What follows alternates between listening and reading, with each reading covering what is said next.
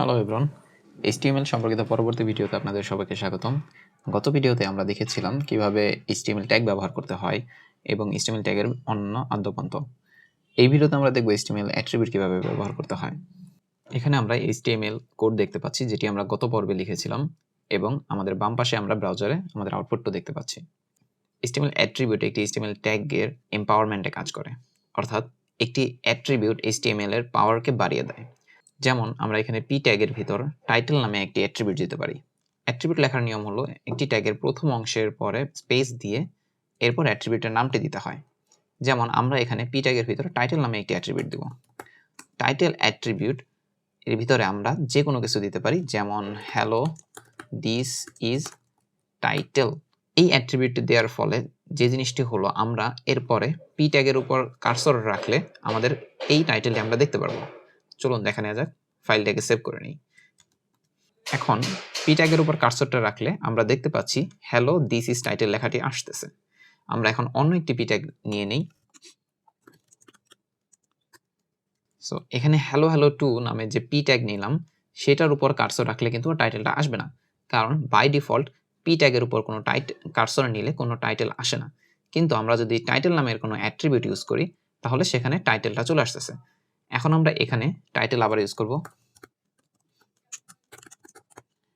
ওকে, ফাইলটি সেভ করে নেই।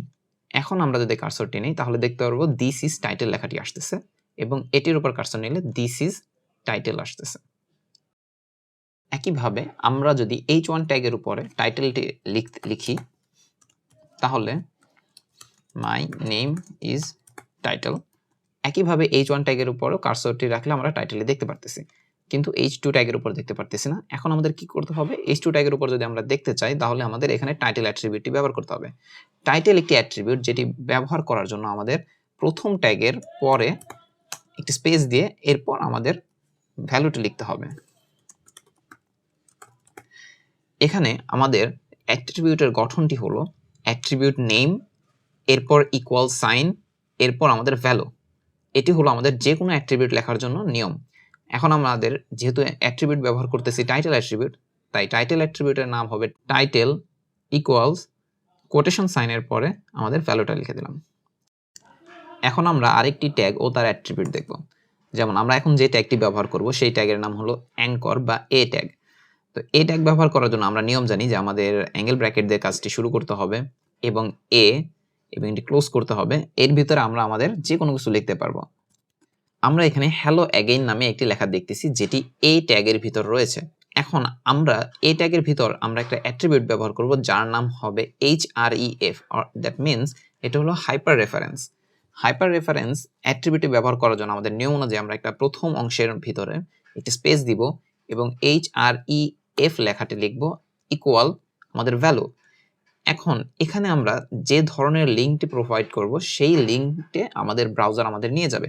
যেমন আমরা যদি লিখি https://www.github.com, এইটা লেখার পরে আমরা দেখতে পারবো যে এই ট্যাগটি নীল হয়ে গেল এবং এখানে ক্লিক করলে ব্রাউজার আমাদের গিটহাবে নিয়ে যাচ্ছে। সো আমরা এটাই চাচ্ছিলাম যে এই ট্যাগের এই লেখাটিতে ক্লিক করলে যাতে আমাদের গিটহাবে নিয়ে যায়। চলুন আমরা দেখে নেই একই কাজটাকে আমরা আরো কিভাবে এম্পাওয়ার করতে পারি, অর্থাৎ আমরা এই অ্যাঙ্কর ট্যাগটাকে আমরা আরো কিভাবে পাওয়ারফুল করতে পারি।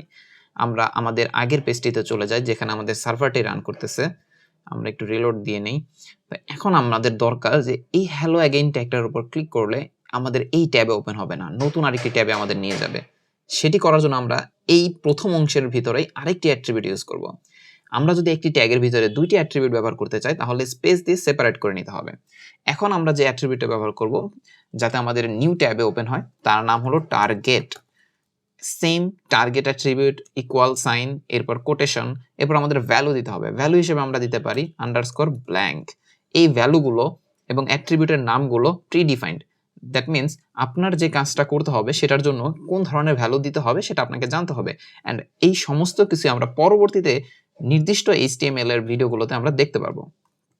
এখন আপাতত আমরা একটু ওভারভিউ নিচ্ছি। এখন আমরা যদি হ্যালো অ্যাগেইন লেখাটির উপর ক্লিক করি তাহলে দেখতে পারবো আমাদের গিটহাবে নিয়ে গেল, কিন্তু অন্য ট্যাবে। আমাদের আগের ট্যাব কিন্তু কিল হলো না। এটাই হলো অ্যাট্রিবিউট লেখার ধরন। আমরা পরবর্তী ভিডিওতে আরো অনেক অ্যাট্রিবিউট সম্পর্কে জানবো। তবে একটি জিনিস জেনে রাখা ভালো, নির্দিষ্ট কিছু অ্যাট্রিবিউট অনলি ওই ট্যাগের জন্য কাজ করে। যেমন এখানে href একটি অ্যাট্রিবিউট যেটা হাইপার রেফারেন্স তৈরি করে। এখন আমি h2 এর ভিতরে হাইপার রেফারেন্স নামের অ্যাট্রিবিউটটি ব্যবহার করতে পারবো না, কারণ href অ্যাট্রিবিউটটি অনলি এই ট্যাগের জন্যই তৈরি করা হয়েছে। একইভাবে কিছু কিছু অ্যাট্রিবিউট আছে যেটি যে কোনো ট্যাগের জন্যই কাজ করে। যেমন এখানে টাইটেল একটা অ্যাট্রিবিউট, সেটি হলো যে কোনো ট্যাগের জন্য কাজ করে। আমরা এখন এই ট্যাগের ভিতরে যদি আরেকটা অ্যাট্রিবিউট দিতে যাই, তার মানে 3টি অ্যাট্রিবিউট যোগ করতেছি, তাহলে সিমিলার একটি স্পেস দিয়ে আলাদা করে নিব এবং টাইটেল নামের অ্যাট্রিবিউটটি দিব। এখানে আমরা দিতে পারি click me to open GitHub. Save করে নিলাম। এবার আমি যদি কার্সরটি নিয়ে নিই, তাহলে এখানে বলতেছে click me to open GitHub. আমি যদি এখানে ক্লিক করি, তাহলে অবশ্যই আমাদের গিটহাবে নিয়ে যাচ্ছে। এখন আমরা ফাইনালি আরেকটি অ্যাট্রিবিউট সম্পর্কে জানবো, যেটি সাধারণত যে কোনো HTML এলিমেন্টকে স্টাইল করার জন্য ব্যবহার করা হয়। HTML এলিমেন্ট কি, এটা আমরা পরের ভিডিওতেই জানবো। আপাতত জেনে নেই, স্টাইল বলতে আমরা h2 হ্যালো অ্যাগেইন এই লেখাটাকে আমরা একটু স্টাইল করি। দ্যাট মিনস আপাতত রেড করব। স্টাইল অ্যাট্রিবিউট, যেহেতু অ্যাট্রিবিউটের নাম স্টাইল, ইকুয়াল আমরা এখানে দিব ভ্যালুর ভিতরে দিতে হবে কালার রেড। এখন এটি আমরা সেভ করলে আমরা দেখতে পারবো হ্যালো অ্যাগেইন লেখাটি রেড হয়ে গেছে। সেম আমরা যদি চাই পি ট্যাগটাকে আমরা ব্লু করব, তাহলে স্টাইল অ্যাট্রিবিউট ব্যবহার করব একটি স্পেস দিয়ে, ইকুয়াল সাইন এবং একটি কোটেশনের ভিতরে আমাদের ভ্যালুটা বলতে হবে কালার ব্লু। ব্লু হয়ে গেল। এই তো HTML অ্যাট্রিবিউট সম্পর্কিত ভিডিওতে আজকে এইটুকুই।